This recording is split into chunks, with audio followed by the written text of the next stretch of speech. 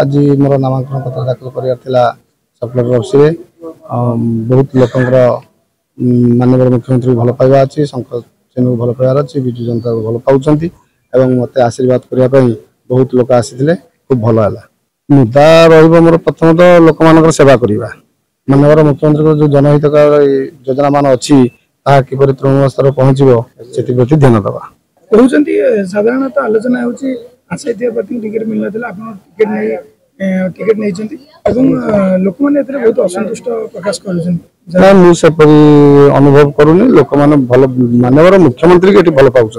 शंख चेन भी भल पाँच कौन व्यक्ति विशेष नुह गणमाध्यम प्रकाशित गोटे भाईटी जे टिकेट आशाई नी बारंबार भुवनेश्वर दौड़ी हाँ से तो ठीक कथा टिकेट लबी नी भुवनेश्वर 3 मास जाई हठात टीवी देखिली जे मो ना डिक्लेयर है नवीन निवास फोन आसाला से माननीय मुख्यमंत्री को निश्चित रूप देवी कि प्रकार सर्वे कर मत सेवा करने सुजोग देती आनंदपुर जनसाधारण को निश्चित माननीय मुख्यमंत्री धन्यवाद देवी युवा भोटर को निश्चित रूप आम जेकोसी योजना मान अच्छी सुचारू रूपे लोक मान पहुंचा आह्वान करी लोक सहित मिसिले जना पड़ो से कौन